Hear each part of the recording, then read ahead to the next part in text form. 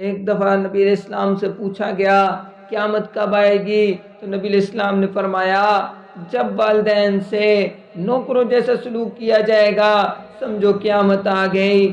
آج دیکھیے ایک ماں اپنے بیٹے کو موبائل سے روکے، برے دوستوں سے روکے، بچہ اپنی ماں سے بدتمیزی کرتا ہے۔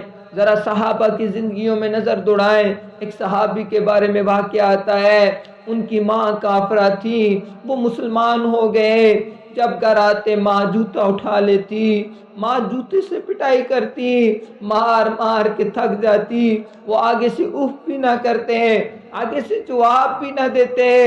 ایک دن وہ نبی علیہ السلام کی خدمت میں حاضر ہوئے اور رونا شروع ہو گئے اور کہنے لگے اے اللہ کے حبیب، میں روز گھر جاتا ہوں، میری ماں مجھے جوتوں سے مارتی ہے، وہ کہتی ہے تو نے اپنے باپ دادا کا دین چھوڑ دیا، تو نے اپنے باپ دادا کا دین چھوڑ دیا۔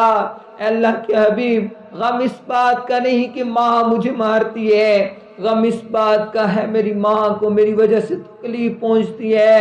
اللہ کے حبیب دعا فرمائیے میری ماں مسلمان ہو جائے، اللہ ایمان کے نور سے اس کے دل کو منور فرما دے، اللہ اس کو ایمان کا نور عطا فرما دے۔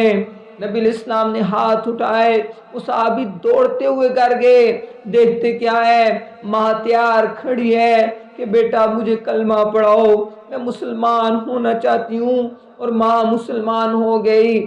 دیکھیے اگر والدین ذرا بھی سختی کر دیں، والدین کبھی اپنے بچوں سے ناراضگی نہیں رکھتے، والدین اپنے بچوں سے نفرت نہیں کرتے، دلوں کو صاف رکھنا چاہیے، والدین کی فرما برداری کرتے رہنا چاہیے۔ پھر دیکھیے اللہ کن کن چیزوں سے نوازتے ہیں، تو اس لیے والدین کی بات کا برا نہیں منانا چاہیے۔ والدین وہ نعمت ہے جب چھن جاتی ہے پھر قدر آتی ہے۔ اللہ ہمیں والدین کی قدردانی کی توفیق عطا فرمائے۔